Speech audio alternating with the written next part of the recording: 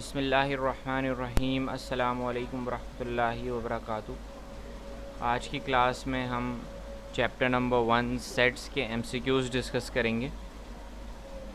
Blank number 1 है the ordered pair -7, 4 lies in dash quadrant. तो ये जो x है यहाँ पर ये हो गया 7 -7 और जो y है वो हो गया +4।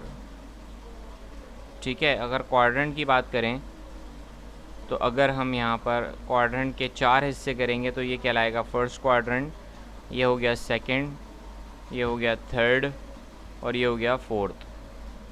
फर्स्ट क्वाड्रेंट में x और y दोनों पॉजिटिव होते हैं, जबकि सेकंड क्वाड्रेंट में फर्स्ट क्वाड्रेंट में x भी पॉजिटिव होता है और y भी पॉजिटिव होता है। ठीक है, सेकंड क्वाड्रेंट में x नेगेटिव होता है लेकिन y पॉजिटिव होता है। थर्ड क्वाड्रेंट में x और y दोनों नेगेटिव होते हैं, जबकि फोर्थ क्वाड्रेंट में x पॉजिटिव होता है और y नेगेटिव होता है।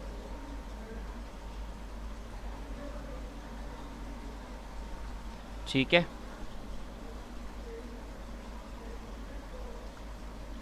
इसके बाद अब जहाँ यहाँ पर लिखा हुआ है कि x नेगेटिव और y पॉजिटिव है तो ये आ गया सेकंड क्वाड्रेंट में।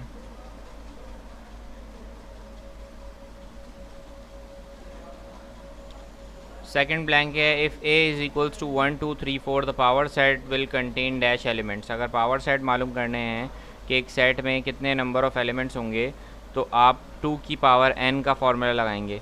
टोटल 4 एलिमेंट्स मौजूद हैं तो 2 की पावर 4 का आंसर आ जाएगा 16। थर्ड है if a relation is given by r 0 1 1 2 and 3 4। तो इसकी रेंज आपने बतानी है इस रिलेशन की। इसकी रेंज 0 से स्टार्ट होगी और 4 पर जाकर एंड हो जाएगी। ठीक है, तो यहाँ पर 0 1 4 का तो कोई ऑप्शन नहीं है, यहाँ पर 1 से 4 तक का ऑप्शन मौजूद है। तो ये हमारा आंसर है कि 1 से लेके 4 तक इस क्वेश्चन की रेंज होगी, 1 2 4। ठीक है, इसके अंदर 3 भी आ गया। The dash coordinate of every point on x axis is 0। अगर आप कोऑर्डिनेट्स बनाएंगे x और y बनाएंगे तो ये y कोऑर्डिनेट हो गया, ये x कोऑर्डिनेट हो गया।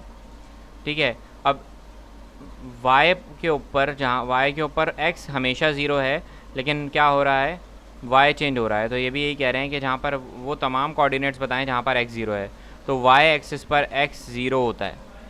ठीक है ना, तो वो जो y एक्सिस है y कोऑर्डिनेट है वहाँ पर आपका x हमेशा 0 होगा। If a set has 2 elements and the set b has 3 elements then the set a into b has dash elements. तो 6 एलिमेंट्स होंगे, 2 3 ज़ा 6। ठीक है, और अगर आपको मैं एग्जांपल दूं तो अगर a के अंदर 2 एलिमेंट्स हैं 1 एंड 2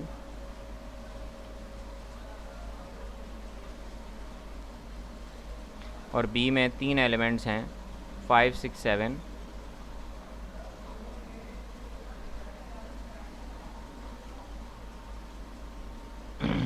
तो इसके अंदर आपके पास जो a इंटू बी यानी कि कार्टेशियन प्रोडक्ट जो बनेगा a इंटू बी का वो बनेगा 1,5।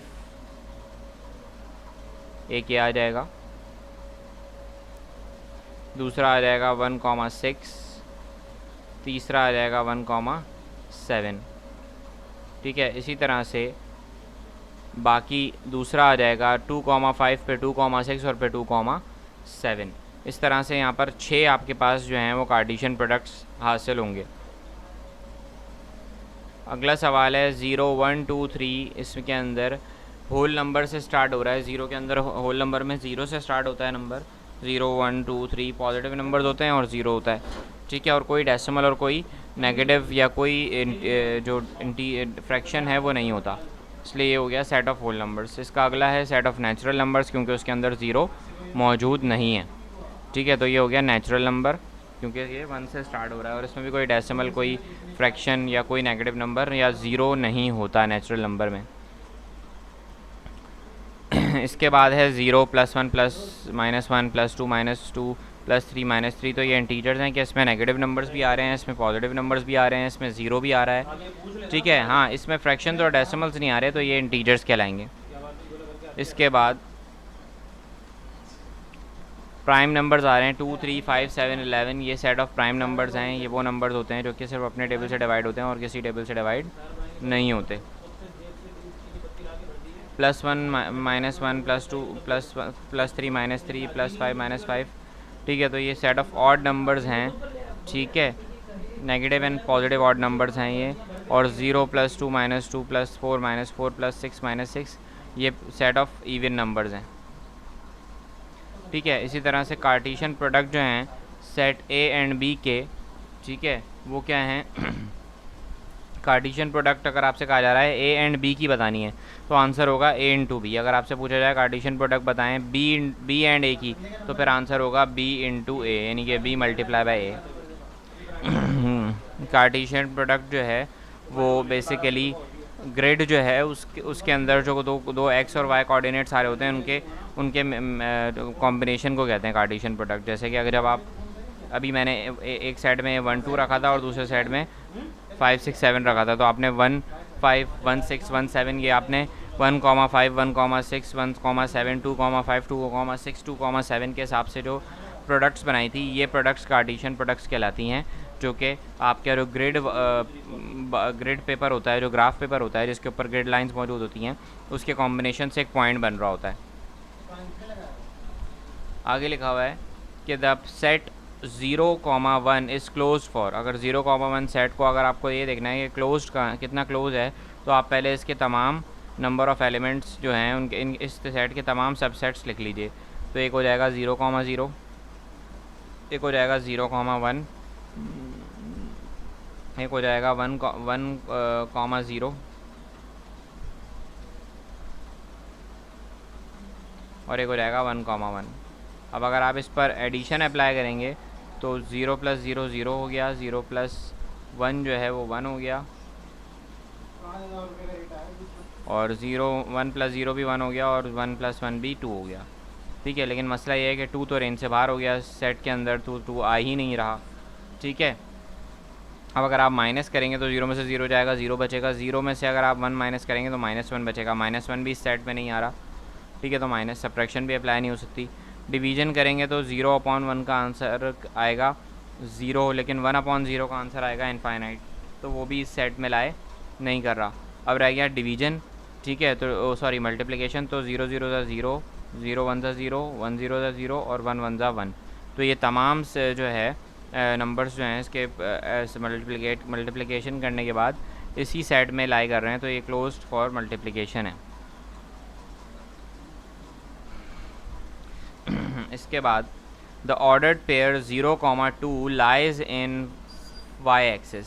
0, 2 का मतलब ये है कि x 0 है और y 2 है, तो x सिर्फ एक ही पॉइंट पर जो है वो 0 होता है, और वो कहाँ होता है, y एक्सिस के ऊपर x 0 होता है, ठीक है, पूरे y एक्सिस पर, चाहे y कोई सा भी पॉइंट हो, लेकिन x उस पॉइंट पर क्या होगा, 0 होगा, ठीक है। The null set is considered to be a subset of every set. Null set हर सेट का सबसेट कहलाता है। हर सेट, अगर मैं एक सेट लिखता हूँ 1 2, तो जब आप इसके सबसेट्स लिखेंगे तो इसका एक सेट जो है वो नल सेट होगा, सबसे पहला सेट इसका नल सेट होगा, तो हर सेट का सबसेट नल सेट होता है।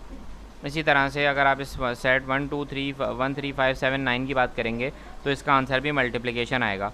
वजह ये है कि अगर आप ऐड करेंगे तो 3 + 1 का आंसर क्या आ जाएगा, 5 आ जाएगा, 5 + 3 का आंसर क्या आ जाएगा, 8 आ जाएगा, ठीक है। इसके मल्टीपल कॉम्बिनेशंस बनाएंगे तो एक तो 1 3 5 7 अलग अलग आ जाएगा, लेकिन अगर आप 2 2 के पेयर बनाएंगे तो 1 और 3 को जब आप प्लस करेंगे या माइनस करेंगे तो आपका आंसर -2 आएगा, या फिर आपका आंसर जो है वो 4 आएगा, ठीक है। और दोनों ही इस सेट में मौजूद नहीं है क्योंकि ये सेट ऑफ ऑड नंबर्स हैं, ठीक है। तो इसके अंदर आपके पास, लेकिन अगर आप एक ऑड नंबर को दूसरे ऑड नंबर से मल्टीप्लाई करेंगे तो आपका answer in the end odd number ही आएगा, और ये तो है ही सेट ऑफ ऑड नंबर्स, ठीक है। तो इसका आंसर भी क्या होगा, इस क्लोज फॉर मल्टीप्लिकेशन। अच्छा जी, इसके बाद सेट्स के टॉपिक के अंदर आपके पास 11th ब्लैंक है, उसके अंदर लिखा हुआ है कि if a set has 3 elements. अगर सेट के अंदर 3 एलिमेंट्स हैं, 3 एलिमेंट्स मौजूद हैं, ठीक है, the number of its possible subsets, तो सब पॉसिबल सबसेट्स कितने होंगे? सही है, अगर एक सेट के अंदर 3 एलिमेंट्स हैं तो इसका मतलब ये है कि उसके अंदर पॉसिबल सबसेट्स जो हैं वो आपके पास 8 हो जाएंगे, क्योंकि मैंने आपको फार्मूला बताया था ना 2 की पावर n, तो 2 की पावर 8 का आंसर हो जाएगा, 2 की पावर 3 का आंसर हो जाएगा आपके पास 8। ठीक है, उसके बाद आगे लिखा हुआ है कि a set with no element is called a null set. Obviously किसी सेट में अगर कोई भी एलिमेंट नहीं है तो वो नल सेट कहलाएगा। ठीक है, और a union b minus a intersection b जो है वो ए डेल्टा बी के बराबर होता है। ठीक है, ये फॉर्मूला है ए डेल्टा बी का। ठीक है, इसको ही हम सिमेट्रिक डिफरेंस भी कहते हैं। ये जो ए डेल्टा बी है इसको सिमेट्रिक डिफरेंस कहते हैं। ठीक है, अगर आपसे पूछा जाए सिमेट्रिक डिफरेंस तो उसका मतलब ही क्या है कि ए डेल्टा बी पूछने के लिए मालूम करने के लिए कहा जा रहा है।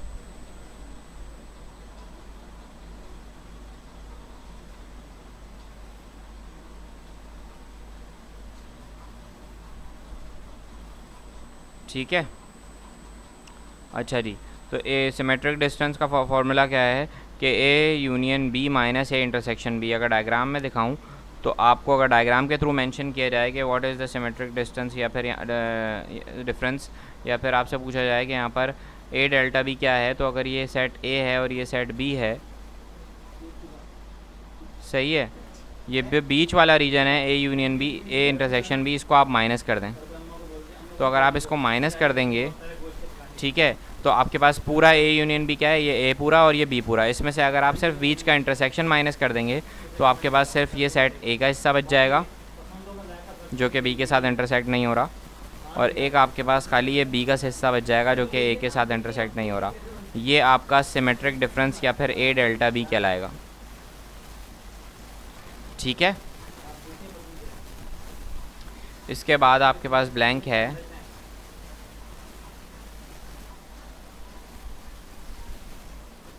कि ए कॉम्प्लीमेंट का होल कॉम्प्लीमेंट किसके बराबर है। तो अगर आप ए कॉम्प्लीमेंट बराबर होता है यूनियन माइनस ए के, तो फॉर एग्जांपल मैं एक सेट का नाम दे देता हूँ ए, और उसके अंदर एलिमेंट्स हैं 2, 1 एंड 2। तो और यूनिवर्सल सेट है, उसके अंदर एलिमेंट्स हैं 1 2 3। ठीक है, अब अगर आपको ए कॉम्प्लीमेंट निकालना है तो ए कॉम्प्लीमेंट का आंसर क्या आएगा? ए कॉम्प्लीमेंट का आंसर आएगा आपके पास ए कॉम्प्लीमेंट का आंसर आपके पास आएगा 3, क्योंकि ए तो मैच हो रहा है तो ज़ाहिर है 1 2 तो मैच हो रहा है। ठीक है, तो वो तो नहीं आएगा ए कॉम्प्लीमेंट में, सिर्फ 3 आएगा। तो अब देखें, अगर आपको ए निकालना है तो आप क्या करेंगे, यूनियन में से दोबारा जो 1 2 3 है उसमें से दोबारा ए कॉम्प्लीमेंट को माइनस कर देंगे, तो अब 3 से 3 माइनस हो जाएगा, तो बचेगा क्या? खाली ए बचेगा। ठीक है, यानी कि 1 2 बचेगा खाली, तो ये हो जाएगा ए कॉम्प्लीमेंट का होल कॉम्प्लीमेंट। तो इन दी एंड ए कॉम्प्लीमेंट का होल कॉम्प्लीमेंट ए के बराबर ही होता है। ठीक है, डायग्राम के थ्रू भी समझेंगे तो भी आपको शायद समझ में आ जाए कि ये ए है, इसके अंदर 2 एलिमेंट्स हैं 1 एंड 2 और 3 आ रहा है बाहर।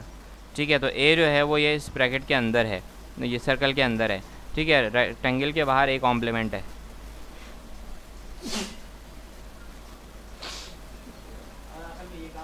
तो अगर ए कॉम्प्लीमेंट के होल कॉम्प्लीमेंट की बात कर रहा हूँ तो उसको यूनियन में से सिर्फ इस ए कॉम्प्लीमेंट को माइनस कर दें, तो 3 को माइनस करेंगे तो बचेगा क्या? खाली ए बचेगा।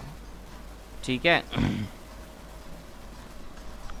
अच्छा जी, इसके बाद the set of all subsets of a set एक सेट ऐसा है जिसमें तमाम सबसेट्स मेंशन किए जाएं वो पावर सेट कहलाता है। ठीक है, अब अगला है कि a set A is x bar x is a president of Pakistan who was a women. Pakistan की कोई प्रेसिडेंट ऐसी नहीं है जो कि वुमेन हो। ठीक है, बेनज़ीर भुट्टो भी प्राइम मिनिस्टर थी, प्रेसिडेंट नहीं थी, इसलिए ये हो गया नल सेट। अच्छा, एन ऑफ ए जो लिखा हुआ है ये रिप्रेजेंट होता है नंबर ऑफ़ एलिमेंट्स के लिए, कि एक सेट में कितने नंबर ऑफ़ एलिमेंट्स हैं। तो यहाँ पर लिखा हुआ है n of a is equals to 10। इसका मतलब ये है कि एक सेट है जिसके अंदर 10 नंबर ऑफ़ एलिमेंट्स हैं। तो बताएं पावर सेट किसके कितने के बराबर होगा? सही है, तो पावर सेट आपका बराबर होगा 2 की पावर 10 के, और 2 की पावर 10 का आंसर आएगा 1024। सही है, तो इसलिए इसका आंसर है 1024। आगे लिखा हुआ है कि a and b are set to be dash elements if no element is common in them. अगर कोई एलिमेंट उनके अंदर कॉमन नहीं आ रहा ए और बी के अंदर तो वो डिसजॉइंट सेट कहलाएगा। ठीक है, और अगर एक एलिमेंट भी ए और बी सेट के अंदर मेंशन कॉमन आ जाए, ठीक है, तो वो ओवरलैपिंग सेट कहलाता है, ठीक है। और इक्वल सेट वो सेट होता है जिसके अंदर तमाम एक सेट और दूसरे सेट के ए और बी के तमाम एलिमेंट्स एक जैसे हों, नंबर ऑफ़ एलिमेंट्स भी सेम हों और तमाम एलिमेंट्स एक जैसे हों। जबकि इक्विवेलेंट सेट वो कहलाता है जिसके अंदर दो सेट्स जो हैं उनके एलिमेंट्स डिफरेंट हों भले, लेकिन उनके नंबर ऑफ़ एलिमेंट्स यानी उसके सेट, इन दोनों सेट्स के अंदर जो नंबर ऑफ़ एलिमेंट्स की जो तादाद है, ठीक है, वो आपकी क्या हो, सेम हो, ठीक है। तो ये हो गया डिसजॉइंट सेट। इसके बाद अच्छा, ए यूनियन बी जो है वो दो सेट्स का यूनियन, यानी दो सेट्स यूनियन कब निकालते हैं, जब दो सेट्स के तमाम एलिमेंट्स को एक ही सेट में मेंशन कर दिया जाता है, ठीक है, और उसके अंदर रिपीटेड एलिमेंट्स को जो है वो जो एलिमेंट्स दोनों सेट्स में आ रहे होते हैं उन्हें एक ही बार लिखा जाता है, ठीक है। तो ये सेट जो है वो आपका डिसजॉइंट या ओवरलैपिंग सेट दोनों हो सकता है। अगर ए और बी के दोनों एलिमेंट्स ऐसे हैं, ए और बी दोनों सेट्स ऐसे हैं जिसका कोई एलिमेंट एक दूसरे से मैच नहीं कर रहा, तो ए यूनियन बी जो है वो एक डिसजॉइंट सेट बन जाएगा, सही है। और अगर आपके पास ए यूनियन बी जो है उसके अंदर ए और बी सेट के अंदर कोई एक भी एलिमेंट मैच हो रहा है तो वो ओवरलैपिंग सेट बन जाएगा, ठीक है। तो ए यूनियन बी जो है वो ओवरलैपिंग सेट भी हो सकता है और डिसजॉइंट सेट भी हो सकता है। आगे लिखा हुआ है कि बी इज़ डैश बी और आगे सिंबल बना हुआ है ए। इसका मतलब है कि B is a proper subset of A, ठीक है। प्रॉपर सबसेट का सिंबल है ये कि बी जो है वो ए का प्रॉपर सबसेट है। प्रॉपर सबसेट का मतलब ये है कि बी के अंदर ए के अंदर बी के तमाम एलिमेंट्स आ रहे हैं, लेकिन बी का जो सेट है वो ए के सेट के बराबर नहीं है। सारे के सारे एलिमेंट्स मैच नहीं हो रहे, सारे के सारे एलिमेंट्स नहीं आ रहे, इसमें नंबर ऑफ़ एलिमेंट्स क्या हैं, बी में कम है, तभी तो ये प्रॉपर सबसेट है, ठीक है। पहले तो मैं आपको सिंबल्स बता देता हूँ सबसेट्स के कि उनकी क्या पहचान है, ठीक है। B is a proper subset, जब प्रॉपर सबसेट की बात होगी तो ये सिंबल बनेगा, ठीक है। जब बात आएगी इम्प्रॉपर सबसेट की तो सिंबल रिवर्स हो जाएगा, घूम जाएगा, ठीक है। और अगर सिर्फ सबसेट कह रहा हूँ, ठीक है, तो वो हो जाएगा B is a subset. Subset के नीचे, प्रॉपर सबसेट के नीचे एक बार लगा दें, ये बन जाएगा सबसेट। और अगर आप इम्प्रॉपर सबसेट के नीचे एक बार लगा दें तो ये बन जाएगा B is a superset of A, ठीक है। सुपर सेट क्या होता है, जैसे कि हम कहते हैं कि एक सेट है ए और उसके अंदर एलिमेंट्स आ रहे हैं 1 2 3, और एक सेट है बी, उसके अंदर एलिमेंट्स आ रहे हैं 1 2, ठीक है। तो आप कहेंगे ना कि B is a subset of A, B जो है वो ए का सबसेट है, B is a subset of A, ठीक है। तो बी जो है वो सबसेट है, तो इसका मतलब ये है कि आप ये वाला सिंबल लगाएंगे क्योंकि बी के तमाम एलिमेंट्स ए के अंदर आ रहे हैं लेकिन ए के तमाम एलिमेंट्स बी में नहीं आ रहे, तो ये क्या कहलाएगा, सबसेट कहलाएगा, ठीक है। लेकिन अगर इसी बात को मैं घुमा कर कह दूं कि ए जो है वो क्या है, सुपर सेट है बी का, तो उसका सिंबल चेंज हो जाएगा, ठीक है। ए जो है वो सुपर सेट है बी का, ठीक है ना। तो ये सुपर सेट की एग्जांपल हो गई कि ए बी के तमाम एलिमेंट्स ए में आ रहे हैं तो ए उसका सुपर सेट हो जाएगा जबकि बी उसका सबसेट है, ठीक है। इसी तरह से अगर मैं कह रहा हूँ ए में 1 2 3 एलिमेंट्स हैं और बी में 1 2 एलिमेंट है खाली, तो बी ए का प्रॉपर सबसेट कहलाएगा, ठीक है, क्योंकि बी के अंदर ए के तमाम एलिमेंट्स आ रहे हैं, ठीक है, ठीक है। बी के तमाम एलिमेंट्स ए में आ रहे हैं लेकिन सारे के सारे elements, number of elements same नहीं है, ठीक है। अगर कोई एलिमेंट यहाँ डिफरेंट आ गया बी में तो ये सबसेट ही नहीं कहलाएगा। 1 2 5 हो गया अगर बी में तो ये तो सबसेट ही नहीं कहलाएगा। सबसेट तो उसी वक्त कहलाएगा जब एलिमेंट्स तमाम बी के तमाम एलिमेंट्स ए में मौजूद हों, सारे एलिमेंट्स मौजूद हों, लेकिन सारे के सारे एलिमेंट्स मैच ना करें, यानी कि ए और बी आपस में इक्वल सेट ना बन जाए, तो तब तक, जब तक ए और बी आपस में इक्वल सेट नहीं बनते तब तक तो वो आपस में क्या कहलाएंगे, प्रॉपर सबसेट कहलाएंगे, ठीक है। अगर मैं प्रॉपर सबसेट की बात करूँ तो बी के नंबर ऑफ़ एलिमेंट्स हमेशा कम होंगे, ठीक है, ये बात मैं आपको बता देता हूँ अभी, ठीक है ना। बी के अगर ए का सबसेट प्रॉपर सबसेट है, ठीक है, तो उस बी के अंदर ए के एलिमेंट्स जो हैं उससे एक एलिमेंट कम से कम होगा, सारे एलिमेंट्स मैच नहीं करेंगे। लेकिन अगर बी ए का प्रॉपर इम्प्रॉपर सबसेट हुआ यानी कि बी में भी 1 2 3 एलिमेंट्स आ रहे हैं तो कहा जा सकता है कि B is the improper subset of A, ठीक है। तो उस सूरत में बी के और ए के तमाम एलिमेंट्स मैच हो जाएंगे। देखें, मैंने फिर बता देता हूँ कि प्रॉपर सबसेट में ए के तमाम एलिमेंट्स जो हैं वो बी के तमाम एलिमेंट्स से ज़्यादा होंगे, भले एक ज़्यादा हो लेकिन ज़्यादा होगा, जब ये हो गया प्रॉपर सबसेट। और जो इम्प्रॉपर सबसेट है,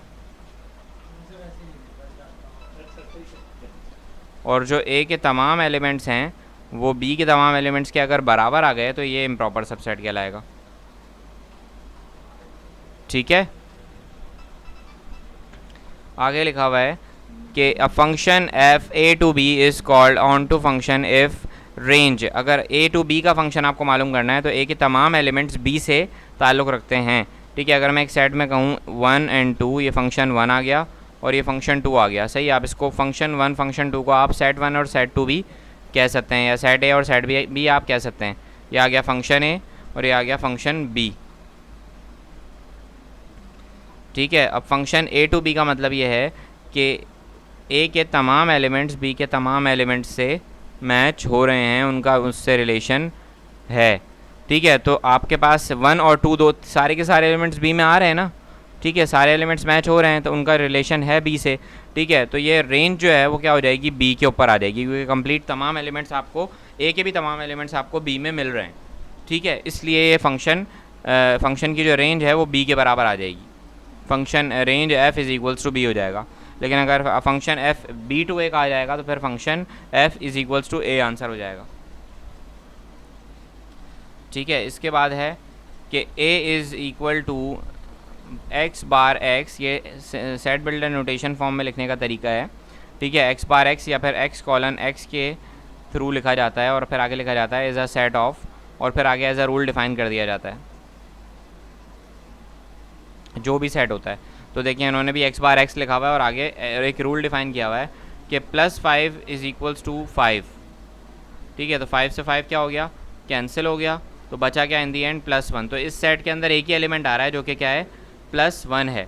ठीक है, तो ऐसी सूरत में आपके पास ये सेट एक सिंगलेटन कहलाएगा, यानी कि एक सिंगलेटन किसे कहते हैं, सिंगलेटन उस सेट को कहते हैं जिसको यूनिट सेट भी कहते हैं, जिसके अंदर खाली एक ही एलिमेंट आ रहा होता है। ठीक है, अच्छा, एसोसिएटिव प्रॉपर्टी क्या होती है कि जैसे कि ए यूनियन बी यूनियन सी है कि पहले बी यूनियन सी निकाला जाए, फिर जो उसका आंसर आए उसको ए के साथ यूनियन सेट मर्ज कर दिया जाए, तो जो आंसर आएगा वही आंसर ए यूनियन बी पहले मर्ज करने के बाद, ए यूनियन बी का आंसर निकालने के बाद फिर B union A union B का को सी के साथ जो है वो उसका यूनियन निकाला जाएगा, तब भी सेम ही आंसर आएगा। ये एसोसिएटिव प्रॉपर्टी कहलाती है, जो कि मैंने आपको पहले भी पढ़ाई थी एडिशन और मल्टीप्लिकेशन की भी। ठीक है, कहा बताया जाता था उसमें कि अगर 1 मल्टीप्लाई हो रहा है 2 मल्टीप्लाई बाय 3 से, तो कोई फ़र्क नहीं पड़ता कि अगर हम पहले 1 को 2 से मल्टीप्लाई कर दें और उसके बाद 3 से मल्टीप्लाई कर दें, इससे कोई फ़र्क नहीं पड़ेगा। ठीक है, तो इसके बाद एडिशन के ऊपर भी एसोसिएटिव प्रॉपर्टी अप्लाई होती है, और यूनियन का मतलब ये एडिशन होता है। ठीक है, एलिमेंट्स उसके अंदर ऐड हो रहे होते हैं कि अगर ए प्लस बी पहले ऐड कर दूं और बाद में सी ऐड कर दूं बॉडमास के रूल के मुताबिक, तो जो आंसर आएगा वही आंसर ए को बाद में ऐड कर दूं और बी प्लस सी को पहले ऐड कर दूं, तब भी यही आंसर आएगा, कोई फ़र्क नहीं पड़ेगा। या अगर मैं ए प्लस सी को पहले ऐड कर दूँ और बाद में बी को ऐड कर दूँ, तब भी यही आंसर आएगा। तो ये एसोसिएटिव प्रॉपर्टी कहलाती है, जो कि सेट्स के ऊपर भी अप्लाई हो रही है। ठीक है, इसी तरह से कम्यूटेटिव प्रॉपर्टी ये होती है कि ए प्लस बी बराबर होता है बी प्लस ए के, कि पहले ए प्लस बी ऐड कर दो या फिर बी प्लस ए ऐड कर दो, आंसर सेम आएगा। ठीक है, तो ये एसोसिएटिव प्रॉपर्टी होती है, कम्यूटेटिव प्रॉपर्टी होती है। द पॉइंट ऑफ इंटरसेक्शन, जहाँ एक्स और वाई मिलते हैं, एक्स और वाई एक्सिस जहाँ पर टकराते हैं, उस पॉइंट को ओरिजिन कहते हैं। ठीक है, और उस पॉइंट के कोऑर्डिनेट्स होते हैं 0,0, इसलिए अगली जो ब्लैंक है उसका आंसर भी ओरिजिन है कि the ordered pair 0,0 lies on origin. The every set of Cartesian product, जो कार्टेशियन प्रोडक्ट का हर सेट होता है, ठीक है, वो बाइनरी रिलेशन के अंदर होता है। ठीक है, जब भी आप सेट्स को कॉम्बिनेशन बनाएंगे तो हर सेट का कॉम्बिनेशन कुछ इस तरह से बनेगा कि 1/1, 1/2, 1/3, ठीक है, चाहे जितने भी नंबर ऑफ़ एलिमेंट्स हों, जैसे कि अगर एक सेट में 1 2 2 एलिमेंट्स हैं या 3 एलिमेंट्स हैं, ठीक है, एक सेट के अंदर, और दूसरे सेट के अंदर आपके पास दूसरे सेट के अंदर आपके पास एलिमेंट्स आ रहे हैं 5 6 7, ठीक है। तो जब आप इसका ए क्रॉस बी लिखेंगे तो पहले आपके पास एलिमेंट आ रहा होगा 1,5, फिर आएगा 1,6, फिर आएगा 1,7, फिर आएगा 2,5, फिर आएगा 2,6, फिर आएगा 2,7, फिर आएगा 3,5, फिर आएगा 3,6, फिर आएगा 3,7, ठीक है। तो आपके पास बाइनरी रिलेशन ही बनेगा, यानी कि एक सेट के अंदर आपके पास कॉमा के साथ 2 ही एलिमेंट्स आ रहे होंगे, ठीक है, हमेशा एक कार्टेशियन प्रोडक्ट के अंदर, ठीक है। जैसे कि कोऑर्डिनेट्स में हमेशा 2 ही प्रोडक्ट्स होती हैं आपके पास, एक्स और वाई, कभी भी तीसरा कोऑर्डिनेट नहीं दिया हुआ होता अगर आपके पास 2D ग्राफ है तो, ठीक है। A is a proper set of B, then A union B is equals to B. अगर ए जो है वो बी का प्रॉपर सबसेट है, ठीक है, बी का प्रॉपर सबसेट अगर ए है, यानी कि ए के अंदर मौजूद तमाम एलिमेंट्स बी में आ रहे हैं, ए में आ रहा है 1 2 और बी में आ रहा है 3, तो अगर ए के अंदर तमाम एलिमेंट्स आ रहे हैं और बी में 1 2 3, ए के अंदर बी में तमाम एलिमेंट्स आ रहे हैं ए के, तो ए यूनियन बी जब आप निकालेंगे तो 1 2 3 आंसर आएगा जो कि बी के बराबर होगा, ठीक है। अगर आप ए यूनियन बी निकालेंगे तब भी 1 2 3 आएगा, और अगर आप सिर्फ बी की बात करेंगे तो तब भी आप 1 2 3 लिखेंगे सेट में, क्योंकि ए जो है वो बी का प्रॉपर सबसेट है, ठीक है, और बी के बराबर हो गया, ए यूनियन बी बी के बराबर हो गया। और अगर मैं कहूँ B is a proper subset of A, तो फिर ए यूनियन बी ए के बराबर हो जाएगा, ठीक है। 2 sets are set to be equal if and only if they have the same equal elements, ठीक है। अगर 2 सेट्स आपस में इक्वल उस वक्त कहलाएंगे, सिर्फ और सिर्फ उस वक्त कहलाएंगे कि जब उनके तमाम एलिमेंट्स सेम हों और नंबर ऑफ़ एलिमेंट्स भी सेम हो। तो ज़ाहिर है कि अगर तमाम एलिमेंट्स सेम होंगे तो नंबर ऑफ़ एलिमेंट्स भी सेम ही होंगे, ठीक है। तो ये हमारे सेट्स के चैप्टर के जो MCQs हैं वो यहाँ पर एंड हो जाते हैं, ठीक है। और उम्मीद है कि आपको समझ आ गए होंगे, ठीक है। अब नेक्स्ट क्लास में इंशाल्लाह हम चैप्टर नंबर 2 के MCQs डिस्कस करेंगे।